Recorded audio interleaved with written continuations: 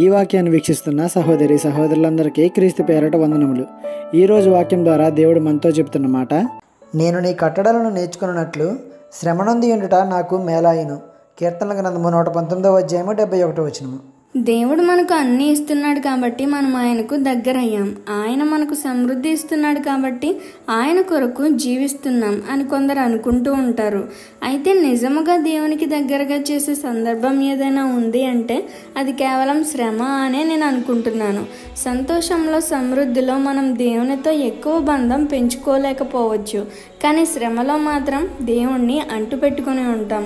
ఆయన గురించి ఇంకా తెలుసుకుంటాం. కాబట్టి శ్రమలను చూసి భయపడకండి, బాధపడకండి. శ్రమలలో దేవుణ్ణి గణపరిచి ఆయనతో బంధాన్ని బలపరుచుకున్న అనేక మంది భక్తుల జీవితాలను మాదిరిగా తీసుకుందాం. శ్రమలలో మనుషులకు దూరం అవుతున్నామన్న బాధ విడిచి దేవునికి దగ్గర అవుతున్నామన్న సంతోషంతో ముందుకు సాగుదాం. ఈ చిన్న సువార్త పరిచర్యలో మీ సహోదరులు. God bless you. ఆమేన్.